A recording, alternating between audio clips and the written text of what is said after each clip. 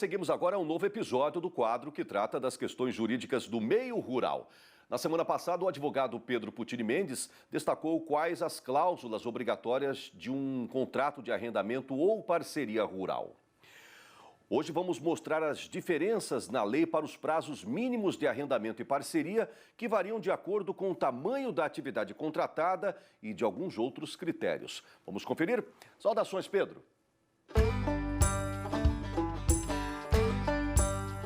Saudações, mais uma vez falando de contratos, que eu disse que é um tema que, embora nós ficamos aí um bom tempo sem falar sobre isso, é um tema que está sempre voltando, né, as dúvidas, voltando para a mesa, né, com alguns problemas de interpretação dos contratos, e hoje eu falo de mais um deles, que é a diferença na lei dos prazos no contrato de arrendamento, principalmente, a depender de que tipo de atividade está sendo exercida nessa propriedade.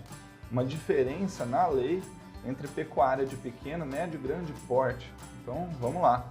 Então, essa é mais uma daquelas situações que precisam ser lembradas ao produtor que trabalha principalmente aí com os contratos de arrendamento, né? Uma situação que faz referência ao artigo 13 do Decreto 59566, de 66, que ele é o decreto que regulamenta o Estatuto da Terra. Lembrando que essa é a legislação que trata dos contratos de arrendamento e parceria rural, né? Muita gente acaba fazendo equivocadamente com base em outra legislação.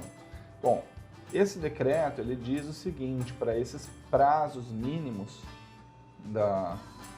dos contratos de arrendamento e parceria, que seria de 3 anos o prazo mínimo nos casos de arrendamento em que ocorra a atividade de exploração de lavoura temporária e ou de pecuária de pequeno e médio porte, né? Ou em todos os casos de parceria. Então, pecuária de pequeno e médio porte, 3 anos, e para os contratos de parceria rural vale esse mesmo prazo mínimo de duração de 3 anos. De 5 anos, nos casos de arrendamento que tenha exploração de lavoura permanente e ou de pecuária de grande porte para cria, recria, engorda ou extração de matérias-primas de origem animal.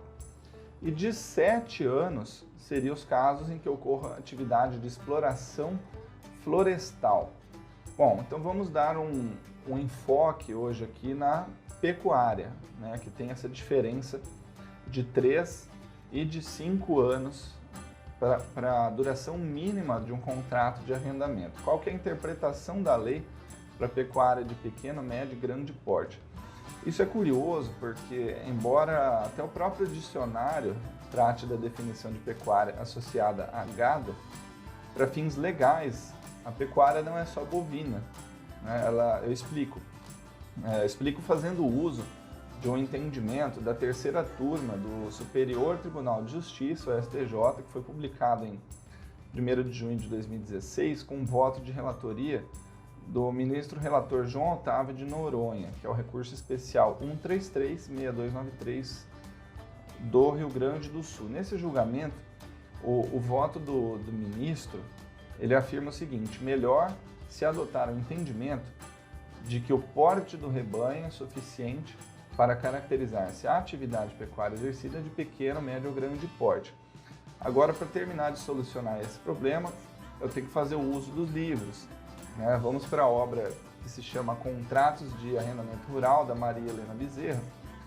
Essa autora ela diz o seguinte: que pecuária de médio porte é a que se refere à criação de médio porte, criação de suínos, caprinos e ovinos, e a pecuária de pequeno porte, por sua vez, né, ela envolve a apicultura, piscicultura, avicultura, ovinocultura, e a pecuária de grande porte, por sua vez, é a que diz respeito ao gado, ao bovino, né, ou bubalino, ou equino, né? Então, e quem classifica essas atividades, né?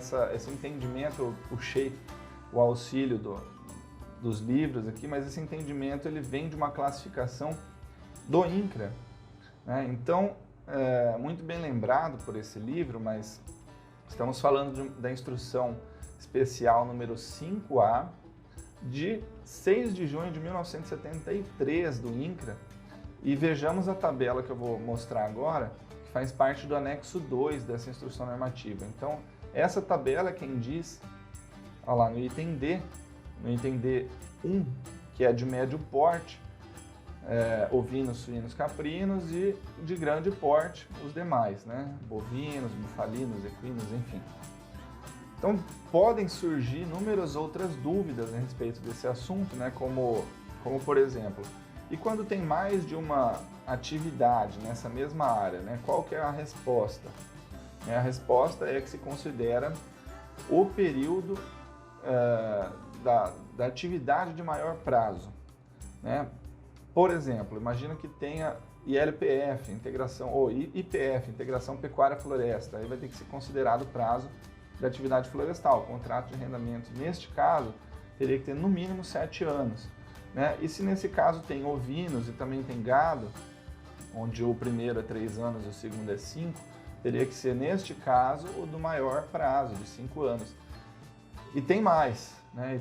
Quando falamos em outra edição que o Estatuto da Terra proíbe a renúncia de direitos previstos em lei, veja bem, né? O prazo mínimo é um desses direitos. Então, e quem deu essa interpretação foi, mais uma vez, o Superior Tribunal de Justiça, desta vez, por entendimento da 4ª turma, publicado em 24 de março de 2013, com relatoria do ministro relator Luiz Felipe Salomão, que é um recurso especial do Mato Grosso do Sul, 1339432, e ele diz o seguinte: o prazo mínimo do contrato é um direito irrenunciável que não pode ser afastado por vontade das partes sob pena de nulidade. Então vejam só, interessante, não pode renunciar a esse prazo mínimo. Então são algumas dicas, algumas observações e saudações e até a próxima. Grande Pedro, sempre com informações precisas para o agro brasileiro.